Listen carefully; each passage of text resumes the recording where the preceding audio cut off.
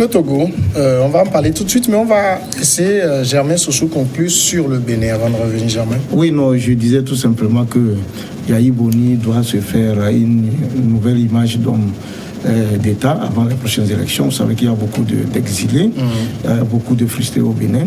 Donc, sa rencontre avec le président Talon, au-delà d'une rencontre simple, c'est aussi un moyen politique. Et Talon a besoin véritablement de résoudre un certain nombre de problèmes. Et je crois que c'est lié aux prochaines élections à venir. Et même s'il doit quitter le pouvoir, il faut qu'il se prenne. En tout cas, le front qui doit se constituer va être beaucoup plus dur que celui que lui a arrivé au pouvoir. Donc il faut vite faire pour déjouer dans une mesure les plans et essayer d'endiguer un tout petit peu un certain nombre de choses politiques avant les prochaines élections présidentielles. Voilà. Nous passons maintenant au dernier sujet. On va évoquer le Togo. Les acteurs politiques ont rencontré mardi le gouvernement. La rencontre a permis de faire le point de l'organisation de la présidentielle. Selon Agbeome Kodjo, il n'y a pas eu d'évolution. Toutefois, le président du mouvement patriotique pour la démocratie et le développement, ayant suivi les échanges jusqu'à la fin, apprécie l'initiative. Le candidat qui s'est déclaré, le leader politique qui s'est déclaré candidat à la présidentielle, demande un vrai dialogue structuré pour régler les dysfonctionnements. Je pense qu'on devra aller à un vrai dialogue structuré de 48 heures pour nous entendre sur un certain nombre de choses. Vous savez qu'il y a un certain nombre de leaders de partis politiques qui, à l'entame de la réunion, ont déserté. Je pense que si la bonne volonté existe, on arrivera à un consensus. C'est ce qu'a déclaré donc Agbeome Kodjo à la sortie de la rencontre. Qu'est-ce que vous pensez, Ibrahim Acha? Il dit un vrai dialogue structuré. Un vrai, ça veut dire, bon, tout ce qu'il y a eu avant, c'était pas de vrai dialogue, je suppose. Non, il est l'un des acteurs politiques togolais à réclamer qu'il y ait une rencontre avec les autorités togolaises. Parce que depuis le dialogue sous la houlette de la CEDEAO, vous avez vu comment ce dialogue a été conduit et comment cela s'est terminé. Et donc, du moment où nous approchons des échéances de 2020, et selon les acteurs politiques togolais, il était important que l'opposition et le pouvoir, bref, tous ceux qui sont impliqués dans le processus électoral à venir se retrouvent, discutent et essaient de voir dans la mesure du possible comment aplanir les divergences. Parce que jusqu'aujourd'hui, nous savons qu'il y a une catégorie d'acteurs politiques qui ont des préoccupations à soulever par rapport à la manière dont le processus est conduit. Et donc, ils voudraient, ensemble avec les autres acteurs, rencontrer le gouvernement, exposer leurs doléances et voir dans la mesure du possible comment le gouvernement aussi peut procéder à un réajustement de manière à ce que l'organisation de ces élections ait un visage d'une organisation inclusive, une organisation qui prend en compte, je me dis que tous les ressentiments et qui prennent en compte aussi tous les avis de tous les citoyens. Parce que c'est ça aussi qui va amener vers un scrutin apaisé, un scrutin libre et qui ne souffrira pas d'aucune contestation. Germain Soussou, c'est quoi un vrai dialogue? Oui, mais je crois qu'il faut prendre l'ex-premier ministre au mot. D'abord, sur l'homme, il n'y a rien à dire. Vous savez que c'est un routier politique, c'est quelqu'un qui a fait pendant longtemps le RPT. Et je crois même qu'il en a été un des pères fondateurs de ce parti. Il a occupé de hautes fonctions.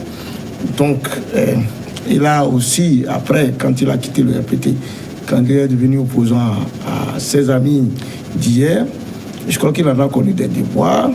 Bon, aujourd'hui, il peut apporter son expertise. C'est un monsieur qui a été le Premier ministre, il a été président de l'Assemblée nationale avant de devenir aujourd'hui député encore une fois. Et donc, je crois que c'est un Togolais comme tous les autres qui souhaitent que la présidentielle de 2020 se solde en fait, que cela ne se termine pas comme les autres élections. Alors, quand il parle d'un vrai dialogue, pour quelqu'un qui a été un responsable d'État de haut niveau, pour quelqu'un qui a fait, je vous l'ai dit hier, le RPT, mais quand il dit qu'il faut un véritable débat, il faut le prendre au mot. Alors, ça ne veut pas dire que ce qu'on a fait n'était pas du dialogue, Mais l'élection présidentielle de 2020... Il n'a pas dit qu'il faut un dialogue, il faut un vrai dialogue. C'est ce qu'il a dit. Oui, c'est ça. En français, ça sous-entend le feuilleton de la C14 où on n'a pas voulu avoir les autres sur la table et tout ce que ça a donné à la fin. Alors donc, s'il le dit aujourd'hui, je crois que c'est le souci d'éviter des problèmes de pour cela qu'il me dit. Et donc, connaissant les acteurs, aussi bien ceux qui sont à la manette, que ceux qui sont aussi de l'opposition, puisque finalement, il a fait les deux camps, il connaît tout le monde. Donc, s'il dit qu'il faut un vrai dialogue structuré, il sait de quoi il s'agit. Et donc, ceux qui ont le pouvoir également savent de quoi il s'agit. Je crois que si nous voulons aller aux élections, comme le souhaite même le ministre de la Sécurité, le ministre togolais de la Sécurité, que ça se termine. Je crois qu'il a lancé une pêche. Il faut que ceux qui ont la manette de notre pays puissent également se dire, bon, il est temps d'associer les autres. Quand on dit associer les autres sont vos adversaires politiques, ce ne sont pas vos ennemis. Malheureusement, ceux qui nous tiennent, ceux qui ont toujours le pouvoir d'État dans notre pays, j'ai l'impression qu'ils pensent que les autres ne sont pas des adversaires politiques, qui sont des ennemis.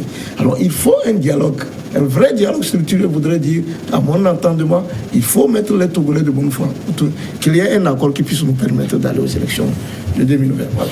Germain Pouli, il ne dit pas simplement un vrai dialogue, mais il dit aussi un dialogue structuré.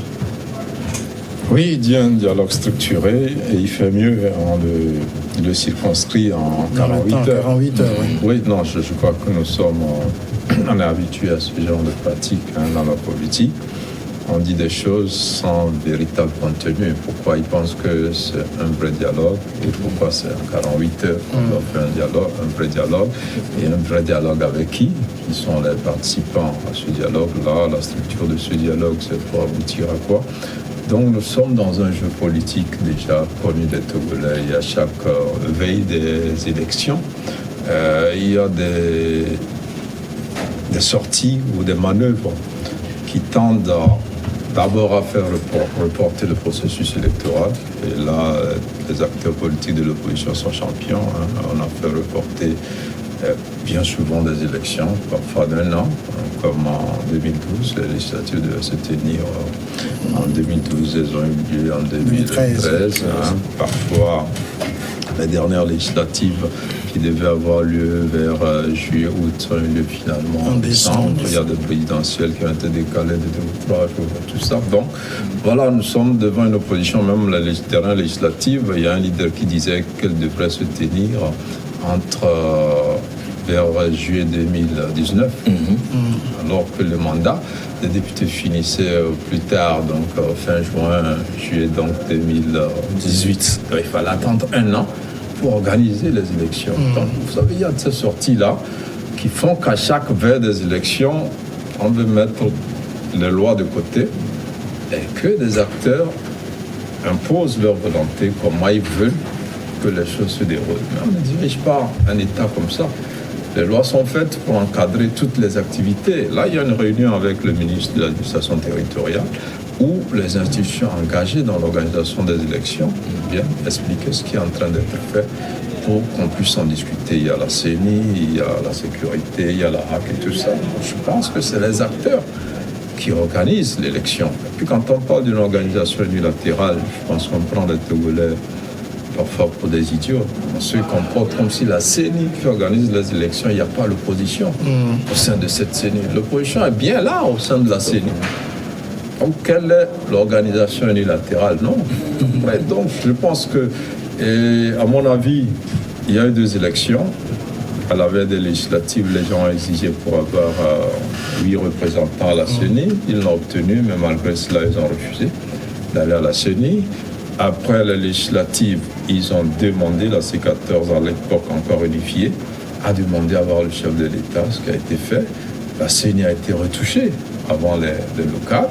Il y a eu la révision qui a été, donc ils se sont entendus. Je pense que c'est le parti a dit qu'il avait conduit la délégation auprès du chef de l'État. Donc ils ont écrit pour rencontrer le chef de l'État, ça a été fait. Et puis ils se sont entendus pour aller au local. Maintenant, pourquoi après le local, il n'y a même pas 6 mois, on veut tout mettre à plat, soit je crois que c'est des manœuvres aujourd'hui qui veulent créer une situation, c'est-à-dire qu'on quitte le cadre légal Et on fait avec la volonté de ceux qui veulent aller aux élections à leurs conditions. D'accord, Ibrahim Macha, ce que dit l'ancien Premier ministre, c'est que il dit « Nous avons dit ce que nous voulons et qui peut être bon pour des élections libres, transparentes et apaisées ». C'est-à-dire, son souci à lui, c'est que les prochaines élections, la prochaine élection ne soit plus vecteur de dissension, de crise, mais que ce soit une élection libre, apaisée, qui réunisse tout le monde. Bien sûr, c'est le vœu de tous les Togolais. Nous ne voudrons pas qu'à la suite de ces élections, qu'il y ait encore de la division ou bien qu'il y ait des poches de résistance et de contestation dans le pays. Donc le processus doit être conduit de façon inclusive. Nous le rappelons et c'est le vœu de tous les citoyens. Et voilà pourquoi lorsque la délégation de l'ANC, du CAR et même, on parle de la C14, mais d'aucuns estiment que c'est la CDPA qui y était. Lorsque cette délégation ont quitté la salle, c'est parce qu'elles estimaient que en tout cas les revendications dont ils étaient porteurs n'ont pas été entendues par le ministre qui les avait conviés à cette réunion. Et donc, ils estiment qu'ils ne peuvent pas rester là-bas et entendre les exposés de la CENI, de la HAC et du ministère de la Sécurité par rapport à la manière dont le processus est conduit. Donc, ils estiment qu'ils sont partis. Et si le ministre trouve que c'est nécessaire de les rencontrer de nouveau pour qu'ils parlent du processus, ça serait une très bonne chose. Mais l'analyse que nous faisons au niveau de notre rédaction à Temps Nouveau, c'est que les autorités togolaises doivent tout faire pour que ces élections, le processus soit conduit de façon consensuelle. Parce qu'il ne sert à rien de faire un passage en force et qu'à terme, nous débouchons sur des situations malheureuses dans le pays. Parce que celui qui sera élu